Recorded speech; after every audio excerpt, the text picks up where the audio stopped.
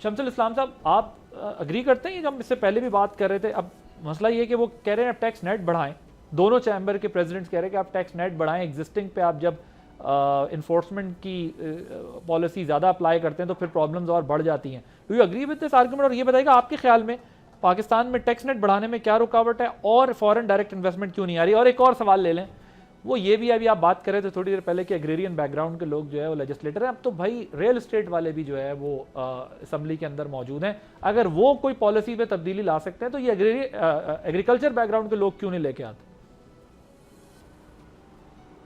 देखिए, tax base को बढ़ाने में सबसे बड़ी आपके लिए चौंका देने वाली खबर होगी कि सबसे बड़ी रुकावट जो है वो FBR खुद है। आपको पता है FBR की कुछ 25,000 करीब एम्प्लॉयज़ हैं और उसके बहुत सारी फील्ड के ऑफिस बनाए गए हैं और हर वो दुकान छोटी सी मामा शॉप जो किसी भी गले मोहल्ले में खुलती है वो उनके रेडार पे होती है। उनका जो जूनियर स्टाफ जो फील्ड में घूम रहा होता है वो उनके साथ एक अपना सिस्टम बनाता है, तय करता है और उनके अपने एक पैरेलल नेट चल रहा है, महीने का वो लेना वो शुरू हो जाता है। तो आपको टैक्स बेस बढ़ाने के लिए पहली चीज़ ये करनी पड़ती है कि आप टैक्स का रेट कम करें। जब आप टैक्स रेट करते हैं कम और फिर साथ में आप उसका इंटरेक्शन कम कर देते हैं टैक्स पेयर का टैक्स कलेक्टर के साथ, तो फिर आपका खुशी खुशी लोग आते हैं। पाकिस्तान की इकॉनमी का मॉडल ही ऐसा है कि लोग जो है आसानी चाहते हैं, लोग इनके साथ इंटरेक्शन नहीं करना चाहते। अब आपने फेसलेस की बात की और FBR ने भी बड़े दावे किए कि जब फेसलेस एक सिस्टम लेकर आ रहे हैं तो आपका इससे पहले जो कस्टम में ये एक्सपेरिमेंट किया गया वहाँ पर वो फेल हुआ। खुद उन्होंने कहा जी ये इनके अपने लोग ही उसको फेल करते हैं। Track and trace system sugar industry पे लगाया गया, उसकी क्या कामयाबी हुई? तो अब ये टेक्सटाइल सेक्टर को कैमरा में ला के करना चाह रहे हैं तो उसकी क्या कामयाबी हुई? ये मतलब ये कि एक बहुत बड़ी एफर्ट ये करने जा रहे हैं कि इन्फोर्समेंट के ऊपर पूरा जोर होगा। लेकिन अगर ये सब कुछ ना करें तो क्या करें? टेक्नोलॉजी पे अगर आप रिलायंस नहीं करेंगे तो क्या करेंगे, कैसे करेंगे? जी जी जी, बड़ी अच्छी बात की। देखिए जी, हम टैक्स को क्यों बढ़ाना चाहते हैं, हम टैक्स ज़्यादा क्यों लेना चाहते हैं? इसलिए कि हमारे अखराजात पूरे नहीं हो रहे, हमारे शॉर्टफॉल आते हैं ना। तो शॉर्टफॉल जब आते हैं वो इसलिए आते हैं कि आपने एक्सपेंडिचर अनलिमिटेड बढ़ा दिए हुए हैं। फेडरल गवर्नमेंट के पास 43 मिनिस्ट्रीज़ हैं। एक छोटे से इस्लामाबाद में आप बैठे हैं, 25-26 किलोमीटर का उसका पूरा रेडियस होगा। वहाँ पर अगर आपके फेडरल मिनिस्टर्स 54 हैं, जो एडवाइज़र्स भी हैं वो होंगे, तो पाकिस्तान तो माशाल्लाह जो टॉप कंट्रीज़ हैं IMF प्रोग्राम के अंदर उसमें सबसे टॉप पे खड़ा है कि एक बहुत बड़ी जंबो कैबिनेट ली हुई है। तो अखराजात तो वहाँ से बढ़ रहे हैं। जिनका मिनिस्टर्स का आपने नाम नहीं सुना होगा वो भी उस कैबिनेट में बैठते हैं, तो उनकी परफॉर्मेंस क्या है? आपको अखराजात कम करने हैं। जब अखराजात कम करेंगे तो जो बिजनेस आपका जो सफोकेटिंग हो गया है, जो यहाँ पे लोग आप काम नहीं कर पा रहे, इन्वेस्टमेंट नहीं कर पा रहे, उनको स्पेस मिलेगी। ऐसा तो नहीं है ना कि आप उसके ऊपर टैक्स नेट जो टैक्स पेयर है उनके ऊपर ही टैक्स डालते जाएं और जो बेस है उसको बढ़ा नहीं रहे। बेस बढ़ाने का एक और आपको एग्जांपल आपको देता हूं कि जैसे आपको याद होगा कि एक सिस्टम ऐसा इंट्रोड्यूस किया गया था, अब्दुल्ला यूसुफ साहब साबिक चेयरमैन थे, उन्होंने अपना टैक्स सिस्टम को एकदम से चेंज करके universal tax system self assessment पे लेकर आ गए थे। 300 अरब का टैक्स कलेक्शन से 1000 अरब पे जंप जाना, इतनी बड़ी ग्रोथ हुई थी इस वजह से कि लोग खुश थे कि हमारा इनसे जान छूट गई। ये तो वो लोग हैं, इनके फील्ड के ऑफिसर्स, मैं आई विटनेस हूँ इसका, कि मार्केटों में अकबरी मंडी, जूड़िया बाजार, जो भी ग्रेड मार्केट है वहाँ नोटिस लेके जाते हैं और वापसी पे नोटिस लेके अपना खर्चा भी लेके आते हैं। कि मतलब आप एक तो तरफ से उनको नोटिस दे रहे हो। ऐसा सिस्टम दुनिया में कहीं नहीं है। अगर आप ये सिस्टम चलाएंगे जो ब्यूरोक्रेटिक जो उनकी चीज़ों के लिए उसका तहफ़्फ़ुज़ करेगा और आपके टैक्स पेयर को रिस्पेक्ट नहीं देगा, उसको अगर एक एनवायरनमेंट बिजनेस कंडीसिव एनवायरनमेंट नहीं देगा तो फिर वो आप इन्वेस्टमेंट नहीं कर पाओगे। टैक्स रेट कम कर दें, आपका आसानी से टैक्स बेस बढ़ जाएगा। आज अगर आप देखें FDI की आप बात कर रहे हैं, FDI इसीलिए नहीं आ रही कि हम जो है अब यूरोप से भी ज़्यादा हमारा टैक्स रेट हो गया है। हम अगर 60% से ज़्यादा टैक्स लगाएंगे कॉर्पोरेट कंपनीज पे, आपने 2% का रिलीफ दिया है सुपर टैक्स में, ऊँट के मुंह में जीरा है। कौन बड़ा इन्वेस्टर आएगा FDI करने के लिए? कोई छोटे छोटे कंपनीज नहीं आती, बड़ी MNCs आती हैं। अगर उनकी टर्नओवर बड़ी होगी, पाकिस्तान अल्हम्दुलिल्लाह कोई 252 की तो गवर्नमेंट कह रही है, ये 300 मिलियन की पॉपुलेशन हो चुकी है। इस बड़ी मार्केट में बड़ी कंपनी आएगी, वो टर्नओवर बड़ी करेगी, तो उसके ऊपर जब आप बड़ा काम करने पे आप टैक्स लगाओगे 8% सुपर टैक्स, तो वो यहाँ से वापस ही जाएगा। वो इस सिस्टम में काम नहीं कर पाते। इस सिस्टम में काम करने के लिए सबसे बेहतर ये है कि पहले आप डोमेस्टिक इन्वेस्टर को इनकरेज करें, वो इन्वेस्टमेंट करें। ऑफ का माहौल नहीं देंगे। इन्फोर्समेंट का मतलब है एसएचओ का रोल अदा करने जा रही है एफबीआर, और उससे आपका जो है इन्वेस्टर इन्वेस्ट नहीं करेगा। आम शहरी से लेकर आपके बड़ी कंपनी, हर शख्स टैक्स में आ सकता है। आपके पास डेटा है, नादरा का डेटा है, जो एडमिनिस्ट्रेटिव डिसीजंस लेने थे उसकी बजाय इन्फोर्समेंट के जरिए जो है वो प्रेशराइज करके वो काम करवाने की कोशिश की जा रही है। जी बिल्कुल। आपको पता है कि अगर मैं एक मिसाल छोटी सी देता हूं कि एक शख्स को 3,78,000 का नोटिस आया कि टैक्स की पेमेंट करो। मैं आप ज़्यादा डिटेल नहीं बताऊंगा। उसने 1 लाख रुपए उस बंदे को दिए, 9,000 रुपये में उसका मुकमका हो गया। ये सिस्टम है। तो इस तरह से देखें कि आपका एक बहुत बड़ा, अब चेयरमैन साहब कहते हैं जी आप मुझे नाम बताएं फला बंदे का कि जिसको नोटिस आया एडवांस टैक्स करने का। तो जिसका नाम आप बताओगे या जो बंदा उस पर आएगा तो फिर उसके साथ स्क्रू उसके टाइट ही होंगे ना। ये आप इनसे निकल नहीं सकते। इसीलिए हज़ारों केसेस आपके कोर्ट में पेंडिंग पड़े हैं। ये गलत फैसले करके टैक्स बढ़ा के अकाउंट से निकाल लेते हैं।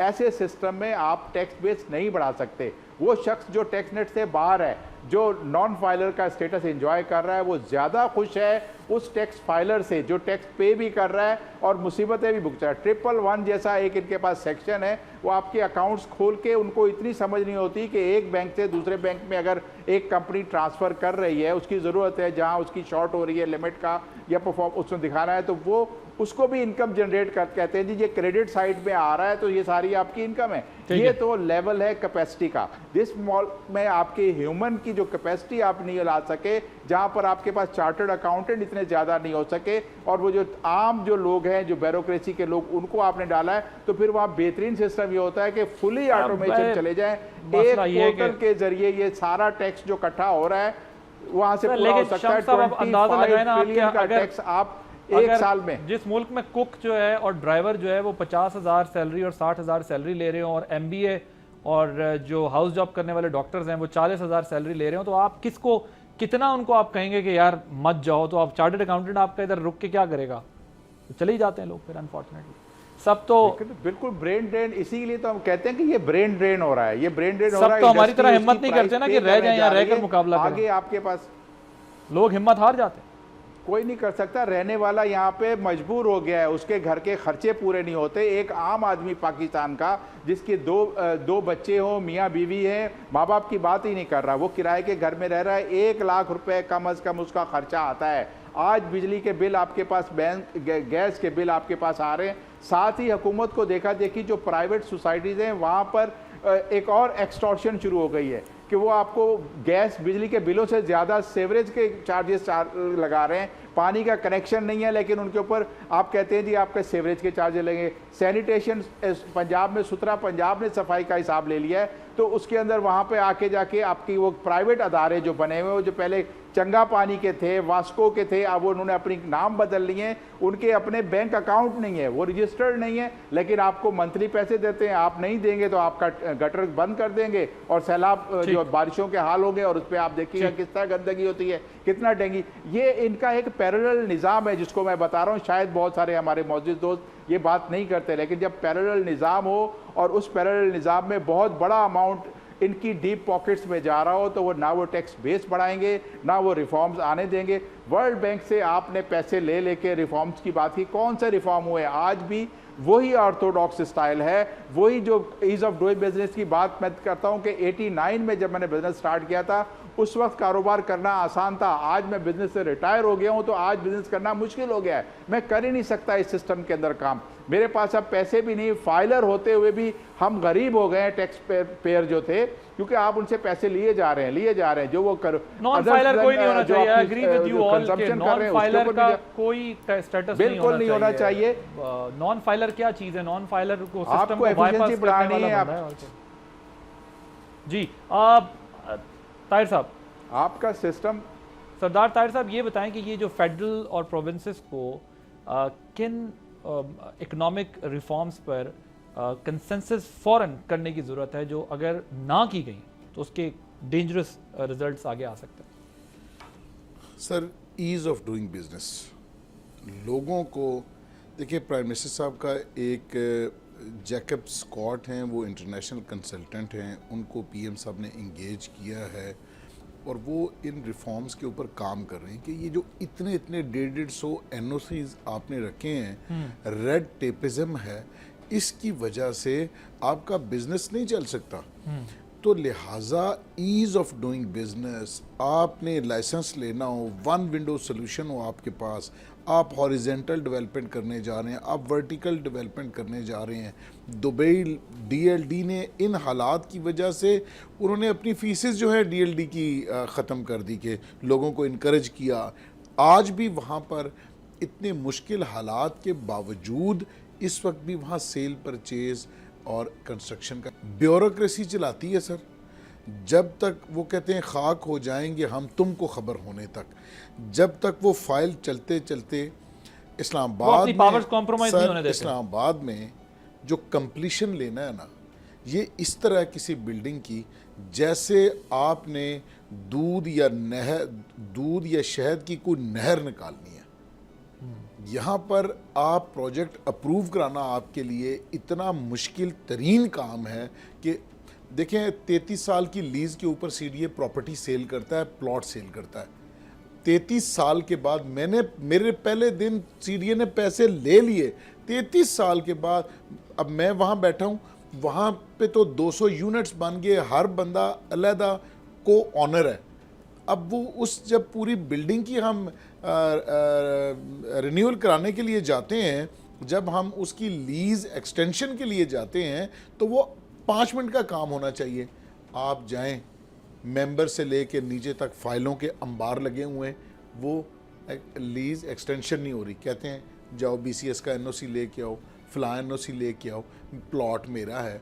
आपने अगर कोई बिल्डिंग में वायलेशन है तो पूरा सदियों से आपके पास ही हैं ये फाइलें।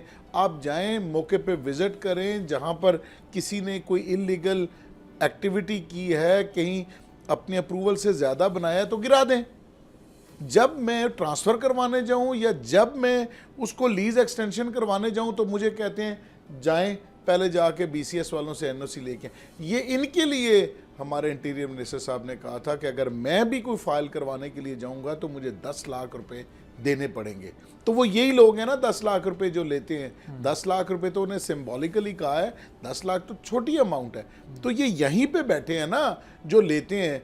ये 20-20, 25-25 साल से एक ही जगह पे एक ही महकमे के अंदर लोग जॉब्स कर रहे हैं। बाहर से जो आते हैं, जब तक उनको समझ आती है उस वक्त तक उनका टेन्योर पूरा हो जाता है। तो ना ये काम करते हैं, ना बेचारा जो बाहर से आता है उसको काम करने देते हैं। तो ईज ऑफ डूइंग बिजनेस होगा तो बिजनेस 60 से 70 इंडस्ट्रीज उस सूरत में चलेगी जब कंस्ट्रक्शन की, रियल एस्टेट की एक्टिविटी चलेगी। अब गवर्नमेंट तो चाहती है कि चले, उन्होंने बजट में रिलैक्सेशन भी दे दी, सब कुछ कर दिया। आगे अब एनओसी तो इन्होंने देना है, इनके भी केपीआईज होने चाहिए। इनको भी हर महीने पूछना चाहिए आपने कितने प्रोजेक्ट्स अप्रूव किए हैं, आपने कितने लोगों को काम शुरू करवाया है। तो इन चीज़ों के ऊपर जो हम अपना हाउस इन ऑर्डर कर सकते हैं, हम आईएमएफ के प्रोग्राम में हैं, तो ये तो आईएमएफ की ज़रूरत नहीं है ना। गवर्नेंस रिलेटेड इश्यूज ही हैं सारे। आप ब्यूरोक्रेटिक हर्डल्स की बात कर रहे हैं जो प्रॉब्लम आती है बिजनेस कम्युनिटी को। उस्मान शौकत साहब, आपके ख्याल में फेडरल और प्रोविंसेस को रिफॉर्म्स के लिए फ़ौरन किन चीज़ों पे कंसेंसस करना चाहिए, और अगर वो नहीं की गई तो उसके जो हम देख रहे हैं, मतलब अभी जैसे हमने देखा 1000 अरब पे तो चलो सूबों ने कहा वफाक को आप ये ले लें, 2 साल 3 साल के लिए मसला तो हल कर लें 3 साल के लिए, लेकिन क्या करना चाहिए, किन जगहों पर, किन सेगमेंट्स पर फ़ौरन काम करने की ज़रूरत है ताकि एक कलेक्टिव एफर्ट के साथ आप रिजल्ट हासिल कर सके। अगर सूबे और वफाक भी एक दूसरे के साथ डिफरेंसेस में रहे और कॉपरेट ना किया तो इतनी बड़ी पॉपुलेशन का सिस्टम तो फिर आगे चलना प्रॉब्लम ही आती रहेगी इसमें। जी बिल्कुल, आपने सही कहा कि फेडरेशन और प्रोविंसेस को इस वक्त एक यकजा होना पड़ेगा।